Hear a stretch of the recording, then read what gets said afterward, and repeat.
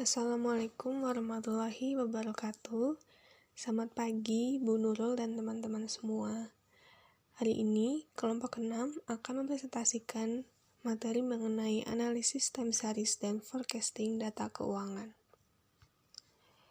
Kelompok 6 terdiri dari 2 anggota, yaitu Muhammad Habib Al-Mutadi dan Ainisa Nurjana. Kemudian kita akan memasuki pada pembahasan yang pertama, yaitu analisis time series. Dalam analisis keuangan, analisis terhadap data historis diperlukan untuk melihat tren-tren yang mungkin timbul. Data historis perusahaan sebaiknya juga dibandingkan dengan data historis industri untuk melihat apakah tren suatu perusahaan bergerak relatif lebih baik terhadap tren industri. Dan untuk melihat itu, kita dapat melihat data luar suatu perusahaan dan data luar industri. Dalam analisis time series juga seperti analisis tren tadi, perubahan-perubahan struktural yang akan berpengaruh terhadap angka-angka keuangan harus diperhatikan. Lalu berikut ini merupakan contoh perubahan struktural yang akan mempengaruhi keuangan suatu perusahaan, yaitu yang pertama, peraturan pemerintah, yang kedua, perubahan kompetisi, yang ketiga, perubahan teknologi, dan yang keempat, akuisisi dan merger atau penggabungan perusahaan. Kemudian, dalam analisis time series ini ada 3 macam pendekatan yang bisa dilakukan. Yang pertama yaitu pendekatan ekonomi, yang kedua pendekatan statistik, dan yang ketiga pendekatan visual. Ketiga pendekatan ini tidak saling menghilangkan tetapi saling melengkapi. Kemudian pembahasan yang selanjutnya yaitu analisis data keuangan. Dalam analisis time series ini, perhatian terhadap data historis sering digunakan untuk melihat pola-pola yang sistematik terhadap data tersebut. Dalam konteks analisis historis, analisis mempunyai pilihan yang banyak terhadap faktor-faktor yang diperkirakan akan mempengaruhi suatu variabel. Dalam konteks analisis masa mendatang seperti forecasting, pilihan seorang analis menjadi serba terbatas. Seorang analis sudah tahu pasti berapa nilai faktor-faktor di atas, dia harus memperkirakan nilai tersebut sebelum memperkirakan nilai variabel yang diteliti. Analisis tersebut terpaksa harus memfokuskan pada beberapa variabel saja yang lebih sedikit dan bisa diperkirakan lebih pasti. Analisis time series klasik biasanya memfokuskan pada analisis musiman. Ada berbagai data-data seperti data penjualan mencerminkan 4 macam faktor, yaitu yang pertama, tren. Tren merupakan pergerakan time series dalam jangka panjang, bisa merupakan tren naik atau turun. Diperlukan waktu jangka panjang 15 atau 20 tahun untuk melihat pola tren tersebut. Tren ini bisa dipengaruhi oleh perubahan jumlah penduduk, perubahan teknologi, dan lain-lain. Yang kedua yaitu siklus. Siklus merupakan fluktuasi bisnis dalam jangka yang lebih pendek. Belum ada penjelasan yang memuaskan terhadap penyebab timbulnya fluktuasi siklus semacam ini. Lamanya dan besarnya fluktuasi juga sangat beragam, dari perusahaan ke perusahaan dan dari industri ke industri. Yang ketiga yaitu musiman. Musiman merupakan fluktuasi yang terjadi dalam lingkup 1 tahun. Ada beberapa penyebab timbulnya fluktuasi musiman seperti disebutkan, yaitu karena peristiwa tertentu, misal karena peristiwa lebaran atau tahun baru. Yang kedua yaitu karena cuaca, misal musim hujan dan musim kemarau. Yang keempat yaitu ketidakteraturan.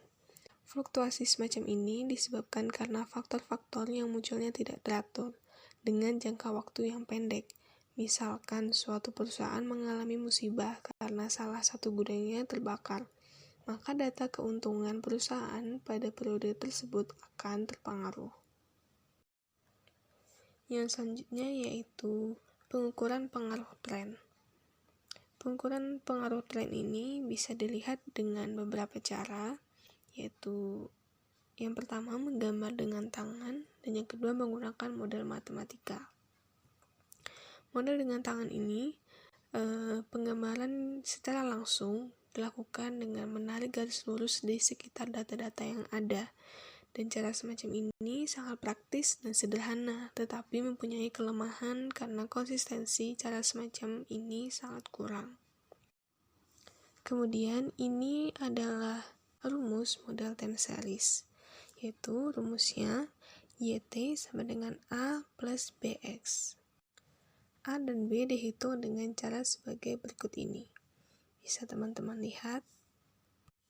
Kemudian contoh penggunaan rumus ini dapat teman-teman lihat di buku pada halaman 137. Selanjutnya yaitu tren sebagai proyeksi masa depan. Untuk memakai persamaan tren sebagai proyeksi masa depan, seorang analis harus hati-hati terhadap asumsi yang digunakan. Tren garis lurus mengasumsikan perkembangan yang konstan untuk masa-masa yang akan mendatang. Padahal beberapa situasi penjualan tumbuh merambat pada periode berikutnya. Misalnya, suatu produk baru diluncurkan, pertumbuhan pada awal periode akan sangat cepat. Kemudian memasuki tahap kedewasaan, pertumbuhan tersebut akan semakin melambat. Kemudian dalam buku sudah terdapat 2 grafik penjualan pada halaman 139. Nah, pemilihan model yang akan digunakan sebagai proyeksi pada masa mendatang akan sangat tergantung pada asumsi yang digunakan, yaitu apakah data yang akan tumbuh secara linear atau tidak. Pendekatan linear mengasumsikan besarnya perubahan konstan, sedangkan model parabola mengasumsikan besarnya perubahan pada perubahan yang terjadi adalah tidak konstan. Yang selanjutnya adalah analisis siklus. Seperti dikatakan di muka, fluktuasi siklus bisnis muncul dalam jangka waktu menengah, yakni 2-10 tahun. Pengaruh musiman dalam data tabel di atas hilang karena data yang digunakan merupakan data tahunan. Pengaruh musiman tidak terlihat dalam data tahunan.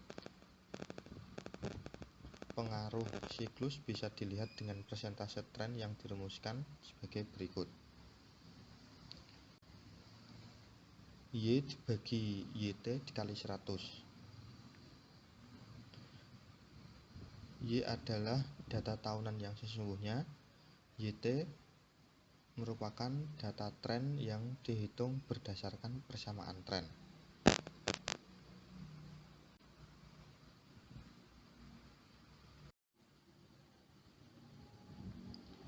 Yang selanjutnya adalah analisis musiman. Analisis musiman akan bermanfaat pada beberapa situasi. Yang pertama, apabila analisis ingin melihat pengaruh musiman dan memanfaatkan informasi tersebut untuk tujuan tertentu. Dan yang kedua, apabila analisis ingin menghilangkan pengaruh musiman untuk melihat pengaruh tren siklus dan ketidakteraturan secara lebih jelas.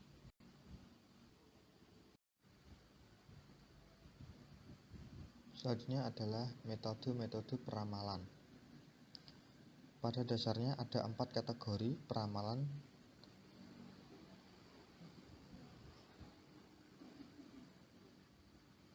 yakni bisa dilihat pada tabel yang ada di PPT atau yang ada di buku halaman 145.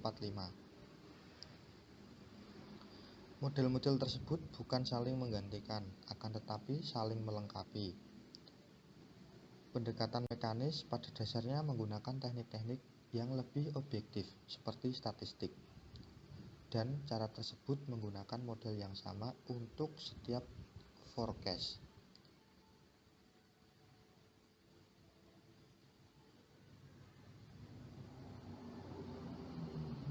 Dalam pendekatan univariate, hanya satu variabel yang dilihat ketika analis melakukan perkiraan. Dan dalam pendekatan multivariate, beberapa variabel dan interaksi antar variabel-variabel tersebut dipertimbangkan dalam perkiraan data.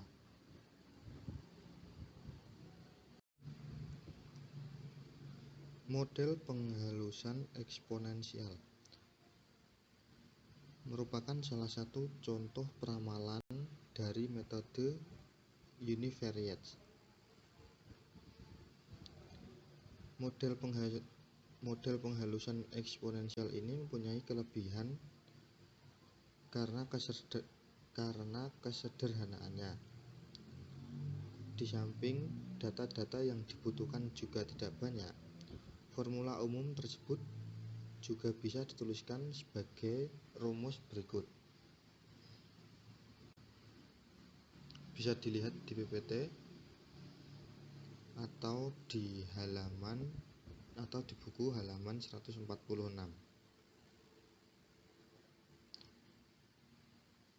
FT menjelaskan tentang forecast untuk periode T. AT-1 adalah data sesungguhnya pada periode T-1. FT-1 adalah forecast pada periode T-1. W yaitu konstanta dengan nilai antara 0 dan 1.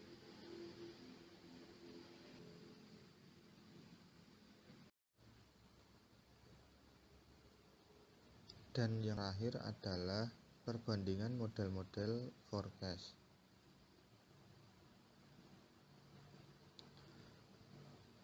Kelebihan dan kelemahan alternatif model-model forecast bisa dilihat berikut ini. Untuk analisis univariate mekanis dan pendekatan analisis sekuritas, bisa dilihat dilihat di buku pada halaman 148. Di situ terdapat kelebihan dan kelemahan dari masing-masing pendekatan.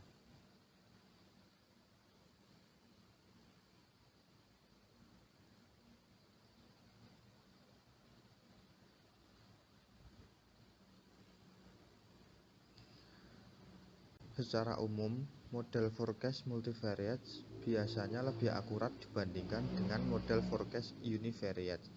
Hal ini bisa dimengerti karena analisis multivariate melibatkan lebih banyak faktor yang mempengaruhi suatu variabel. Cara lain untuk meningkatkan akurasi forecast adalah dengan menggabungkan beberapa forecast individual.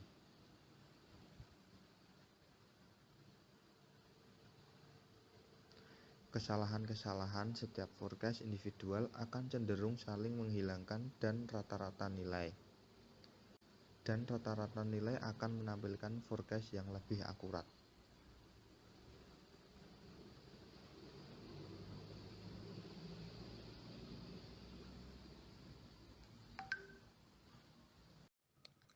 Sekian penjelasan dari kelompok 6. Bagi teman-teman yang ingin bertanya, kami persilahkan. Kurang lebihnya kelompok 6. Mohon maaf. Wassalamualaikum warahmatullahi wabarakatuh.